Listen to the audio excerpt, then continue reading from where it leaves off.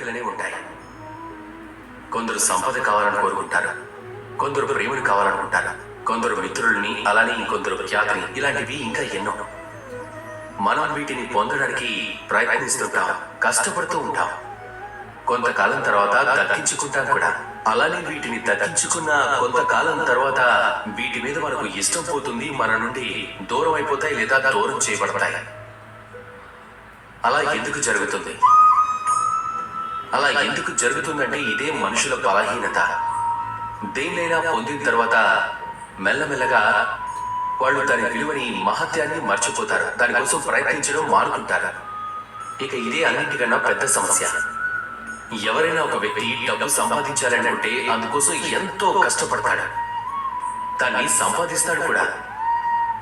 ఆ తర్వాత మెల్లమెల్లగా ఆ ధనం యొక్క విలువను మర్చిపోతాడు. సరైన పద్ధతిలో దాన్ని ఉపయోగించడు. మెల్లమెల్లగా ఆ ధనం కూడా అతనికి దూరం అయిపోతుంది. మొత్తం శ్రమంతా వ్యర్థమైపోతుంది. అందుకనే గుర్తు పెట్టుకోండి, ఈ ప్రపంచంలో దేన్నైనా పొందడం అత్యంత కఠినమైన విషయం.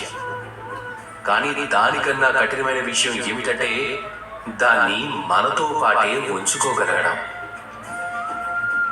కాబట్టి మీరు మీ జీవితంలో ఏదైనా పొందితే ముందు దాని మహత్యాన్ని అర్థం చేసుకోండి. ఆ తర్వాత సమయం వచ్చినప్పుడు దాని విలువను స్వయంగా అర్థం చేసుకోండి. అది మీరు కష్టపడి సంపాదించారనే కృతజ్ఞత కలిగి ఉండండి. కాబట్టి ఎప్పుడు కష్టపడుతూనే ఉండండి. అప్పుడు మాత్రమే మీకు దక్కింది ఎల్లప్పుడూ మీతో పాటునే ఉంటుంది. రండి, నాతో పాటు ప్రేమగా చెప్పండి, రాధా కృష్ణ.